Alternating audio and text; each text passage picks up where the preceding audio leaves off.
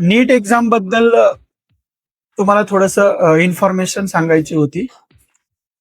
नीट exam सर्वांना माहित आहे, मेडिकल ग्रुपसाठी आहे. 720 मार्क्सची एक्झाम आहे, 720. तर नीटचे कोर्सेस आहेत, मला माहित आहे.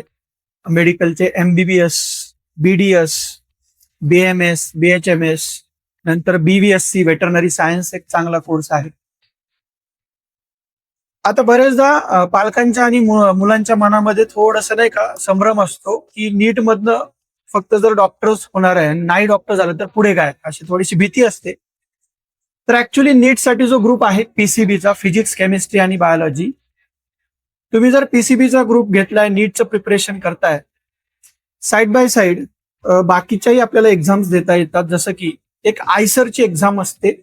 डॉक्टर अब्दुल कलामांनी स्टार्ट केलेलं जे आयसर हे इन्स्टिट्यूट आहे, त्याचे 7 कॉलेजेस आहेत आपल्या इंडियामध्ये. पुण्याचं एक बेस्ट कॉलेज आहे आयसरचं. आयसर मध्ये काय आहे तर 3 इयर्सचा BS हा अंडर ग्रॅज्युएशन डिग्री कोर्स आहे आणि 2 इयर्सचं PG आहे, इंटिग्रेटेड आहे. 3+2 5 इयर्सचं BSMS अशी डिग्री भेटते. आता याच्यामधनं रिसर्चसाठी खूप चांगले आपल्याला अपॉर्च्युनिटीज आहेत.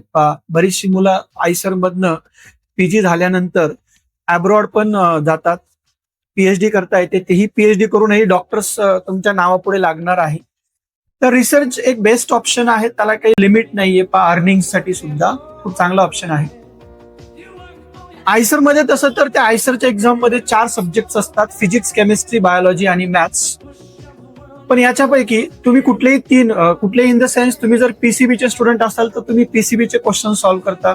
तुम्ही PCM असाल तर PCMचे क्वेश्चन सॉल्व्ह करता. खूप सारे नीटचे कॅन्डिडेट्स मी पाहिलेत, PCBचे ग्रुप असणारे, की आयसर मध्ये त्यांना सक्सेस मिळाले. तर रिसर्चसाठी इंडियामध्ये ते एक बेस्ट इन्स्टिट्यूट आहे आयसर. दुसरं असं PCB ग्रुप असणारं जी मुलं आहेत ती PCB CET पण देऊ शकतात. PCB CET मधनं तुम्हाला फार्मसी आहे, ऍग्रिकल्चर हा ऑप्शन आहे. फार्मसीमध्ये मी तुम्हाला सांगेल की B.Pharm बेस्ट आहे. B.Pharm अंडर ग्रॅज्युएशन कोर्स आहे. त्याच्यानंतर तुम्ही M.Pharm करू शकता, PG 2 वर्षाचा. त्यातनंही तुम्हाला रिसर्चसाठी खूप चांगले संधी आहेत. आणि रिसर्च पर्यंत आपण नाही गेलो तरी फार्मास्युटिकल ज्या कंपनीज आहेत, आपल्या इंडियाचा 3rd रँक आहे फार्मास्युटिकल प्रोडक्शन मध्ये. US आहे फर्स्ट, नंतर चायना आणि इंडिया.